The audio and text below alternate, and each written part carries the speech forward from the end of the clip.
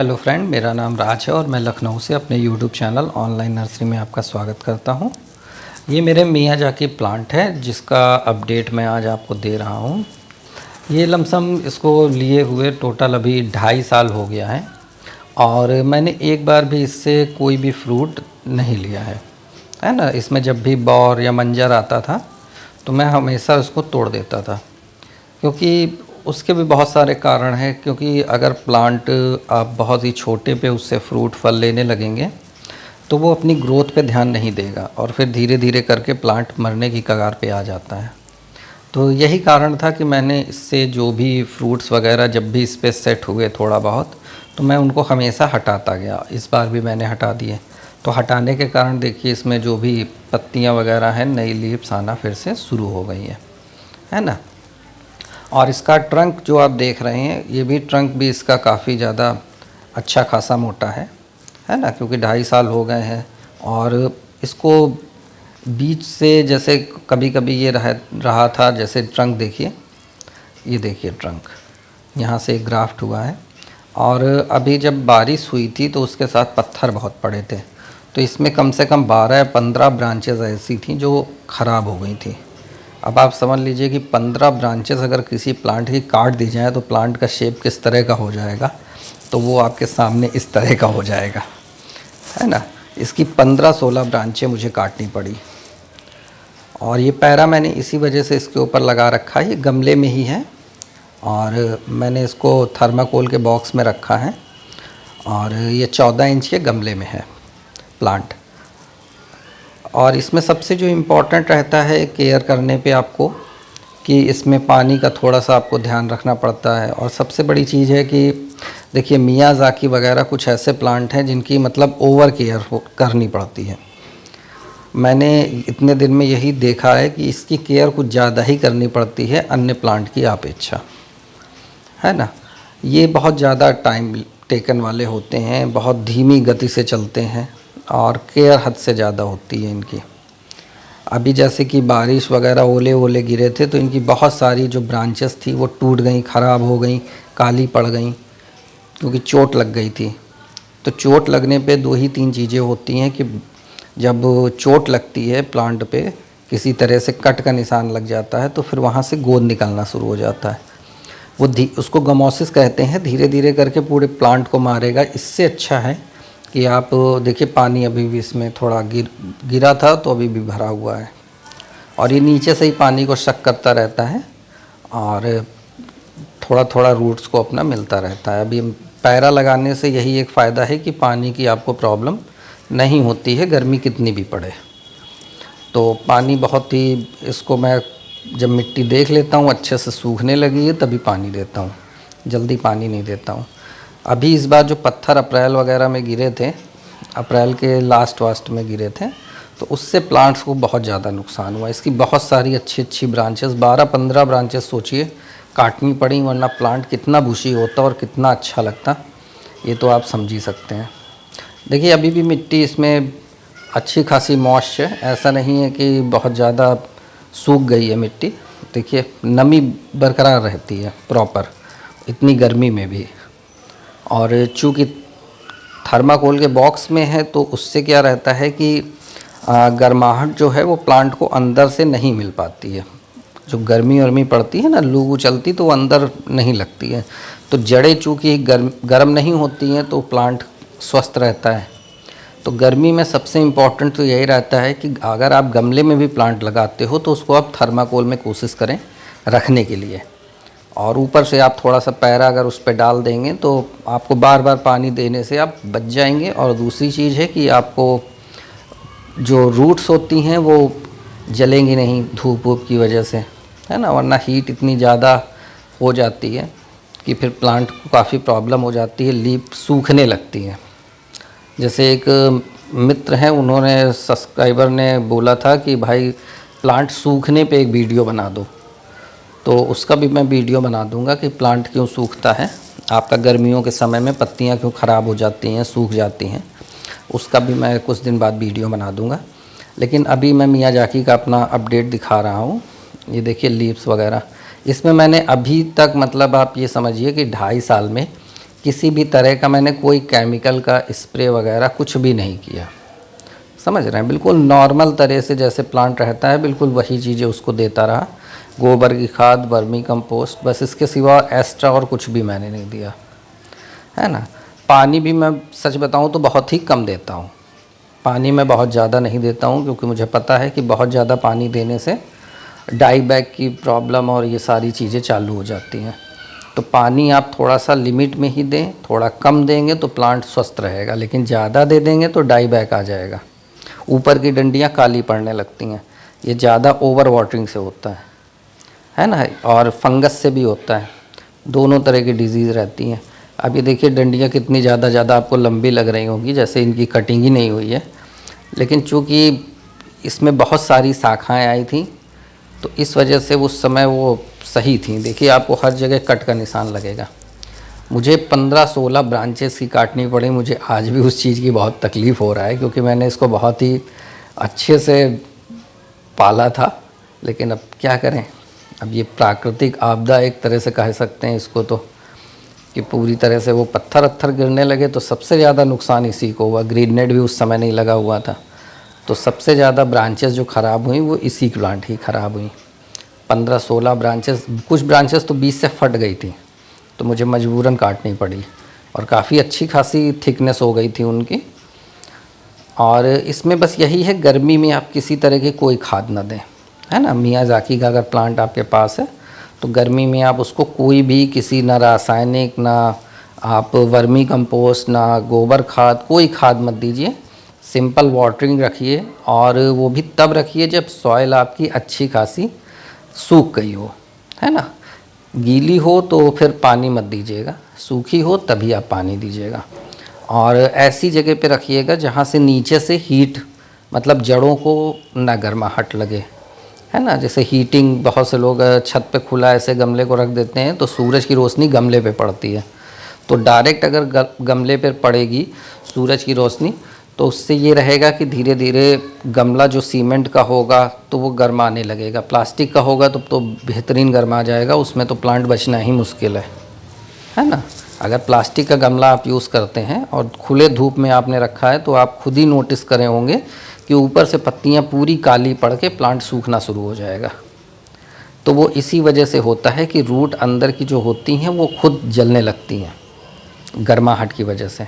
अब चूँकि आपने अगर गमले में रखा है तो अगर सीमेंटेड गमला है तो आप थर्माकोल के अंदर उसको रख सकते हैं।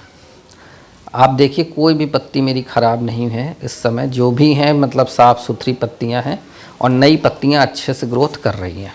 ऊपर ग्रीन नेट भी लगा हुआ है, पर्याप्त मात्रा में सूरज की रोशनी भी देखिए आ रही है ना। ऐसा भी नहीं है, गर्माहट भी अच्छी खासी है प्लांट को मिल रही है। इनको असल में ये रहता है कि 25 से 30 डिग्री, 30 डिग्री से ज़्यादा इनको टेम्परेचर इनके लिए सही नहीं रहता है ना। और जो मैंने प्लांट लिया था वो देखिए, ये मियाज़ाकी का प्लांट है, ये ऑन्ड्रेला नर्सरी में देखिए उन्होंने वीडियो मेरे को भेजा था। ये देखिए इस तरह से उनके छोटे छोटे प्लांट में भी उन्होंने अपना फ्रूट ले लिया, और देखिए उसमें पॉलीथीन में लगे हुए हैं, और मियाज़ाकी का प्लांट उसमें देखिए, और इनका फ्रूट भी सेट हो गया मियाज़ाकी का। और ये अभी हाल ही में सेल करने के लिए प्लांट उन्होंने मंगवाए हैं मियाज़ाकी के, और अच्छे खासे तादाद में मियाज़ाकी के प्लांट भी आए हुए हैं। अब देखिए अगर मियाज़ाकी का प्लांट को आप केयर की बात करें, है ना, जापान वगैरह में किस तरह से वो लोग ग्रोथ करते हैं, किस तरह से केयर करते हैं, तो जनवरी में देखिए आप इस तरह से उसमें मंजर आना शुरू हो जाता है। ठीक है, फरवरी के लास्ट और मार्च की स्टार्टिंग तक मंजर पूरी तरह से खिल जाता है और छोटे छोटे से फ्रूट सेट भी होने लगते हैं, है ना। मियाज़ाकी के बारे में आज आपको पूरी इन्फॉर्मेशन मैं दे रहा हूँ जितनी हो सकता है।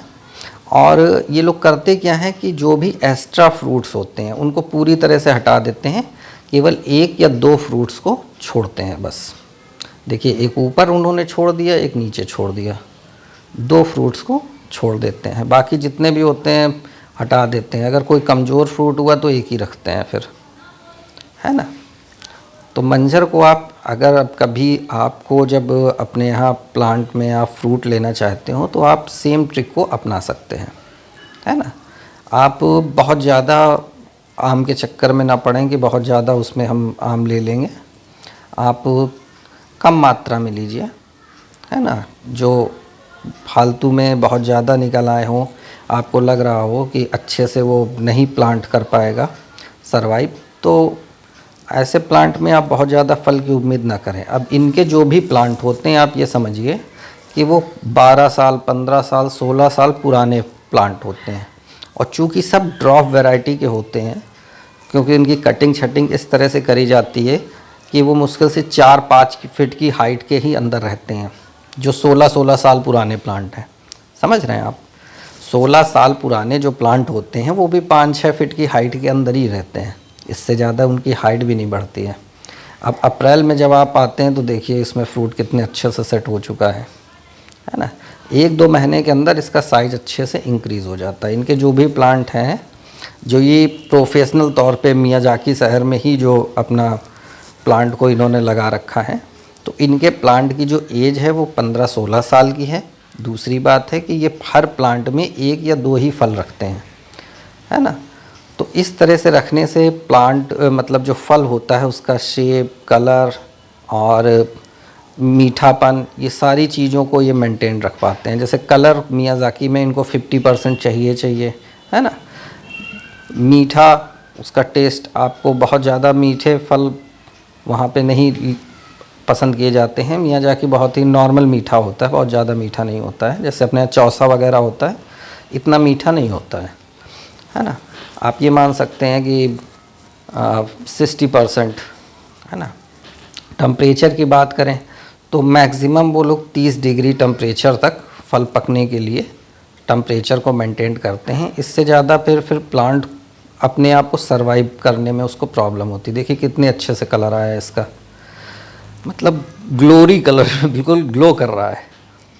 नॉर्मल से देखिए कितना अच्छा इसका कलर आया। और उसका कारण यही है कि एक पेड़ में इन्होंने एक ही फल को रखा है। और जब ये महंगे फल बिकते हैं उसका कारण भी यही होता है।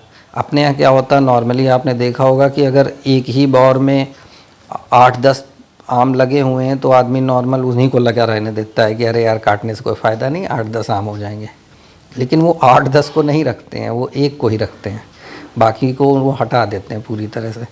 तो ये एक सबसे बड़ा कारण रहता है कि भाई महंगा इसी वजह से बिकता है, क्योंकि इतने पूरे साल की मेहनत रहती है। और उसके बाद भी जब टेम्परेचर को ये पूरी तरह से मेंटेन करके रखते हैं, चूँकि ये मियाजाकी का जो प्लांट होता है ये इसको बहुत ज़्यादा टेम्परेचर, उत्तर प्रदेश जैसे मैं जहाँ रहता हूँ लखनऊ में, तो यहाँ पे टेम्परेचर तो बहुत हाई चला जाता है ना। और वहाँ पे टेम्परेचर इसको 30 डिग्री से ऊपर नहीं दिया जाता है। 20 डिग्री, 25 डिग्री और 30 डिग्री, इसी के अंतर पे टेम्परेचर मेंटेन किया जाता है। और इसी में उस फल का पूरा स्वाद आता है। हमारे इधर उष्णकटिबंधीय जो क्षेत्र होते हैं जहाँ गर्मी बहुत ज़्यादा होती है, तो उसका कारण यही है कि मीठापन धीरे धीरे गायब हो जाता है ना। हमारे यहाँ जो सीट्रस फैमिली के प्लांट होते हैं वो बहुत अच्छे से सरवाइव करते हैं उष्णकटिबंधीय इलाकों में, है ना, गर्म इलाकों में। और ठंडे इलाकों में आपको मीठे फल ज़्यादा अच्छे से मिल जाते हैं, जैसे हिमाचल में लीची वगैरह है ना। गर्मी अगर आप उत्तर प्रदेश में उगाएंगे तो उतना अच्छे आपका स्वाद नहीं मिलेगा। ऐसा नहीं कि प्लांट नहीं उगेगा, उग जाएगा। अब मेरे यहाँ भी तो सोचिए 45 से 50 डिग्री भी टेम्परेचर चला जाता है उत्तर प्रदेश में। इसके बावजूद भी मियाजाकी का प्लांट एक गमले में लगा हुआ है और उसको 2.5 साल भी हो गए हैं। ऐसा नहीं है कि 1 दिन हुआ, 2 दिन हुआ है। तो ये सारी चीज़ें रहती हैं। इसीलिए चूँकि वहाँ की करेंसी का भी अपना एक अलग रोल है हमारी अर्थव्यवस्था के हिसाब से। अगर आप वहाँ पे एक पानी का पैकेट पानी भी ख़रीदेंगे, बॉटल भी, तो आपको वो अच्छा खासा 300-400 रुपये में बॉटल पड़ेगी, अपने यहाँ 20 रुपये की है। तो थोड़ा सा ये भी अंतर होता है। तो आप ये चीज़ मत देखा करिए कि वो 2.5 लाख रुपए किलो है या 3 लाख रुपए किलो या 4 लाख रुपए किलो है। वो कितनी, देखिए गिने चुने प्लांट हैं, गिना चुना जगह पे उगाया जा रहा है, ठीक है, और उस पर भी वो गिने चुने फल ही रख रहे हैं, तो ऑब्वियसली प्राइस तो हाई हो ही जाएंगे। 350 ग्राम से ज़्यादा का कोई फल नहीं वो रखते हैं। 350 ग्राम का हो गया बस उसको काट देते हैं, अपने यहाँ तो आधा किलो का भी हो गया तो चलो कोई नहीं, बेचा जाएगा। तो थोड़ा सा इस चीज़ों का डिफरेंस रहता है ना। क्योंकि अगर कोई चीज़ बहुत ही विधिवत तरीके से अगर उगाई जाती है, करी जाती है, प्रोसेस उसका किया जाता है, तो ऑब्वियसली वो चीज़ उतनी महंगी तो होनी भी चाहिए और उसका हक भी बनता है। तो यही एक छोटा सा प्रयास था अब तक अपनी जानकारी को पहुंचाने का। अगर आप मेरे से बात करना चाहते हैं या किसी तरह से आपको कोई जानकारी चाहिए हो, तो मैं इंस्टाग्राम आईडी अपनी आपको शेयर कर दूंगा इसी पे डिस्क्रिप्शन में। आप वहाँ से इंस्टाग्राम पे फॉलो करके आप मुझे मैसेज कर दीजिएगा या उस पर आप कॉल भी कर सकते हैं, है ना। और इसी तरह से छोटी छोटी जानकारियों के लिए आप मेरे साथ बने रहें। बाकी फिर से मियाज़ाकी पे अगर आप बोलेंगे तो एक और वीडियो भी बना दूंगा मैं। और अगर मेरा वीडियो आपको पसंद आया हो, मेरा प्रयास आपको अच्छा लगा हो, तो प्लीज़ चैनल को लाइक करिएगा, शेयर करिएगा, कमेंट ज़रूर करिएगा और मेरे चैनल को खूब सारा प्यार दीजिएगा और सब्सक्राइब ज़रूर करिएगा। Thank you so much friends.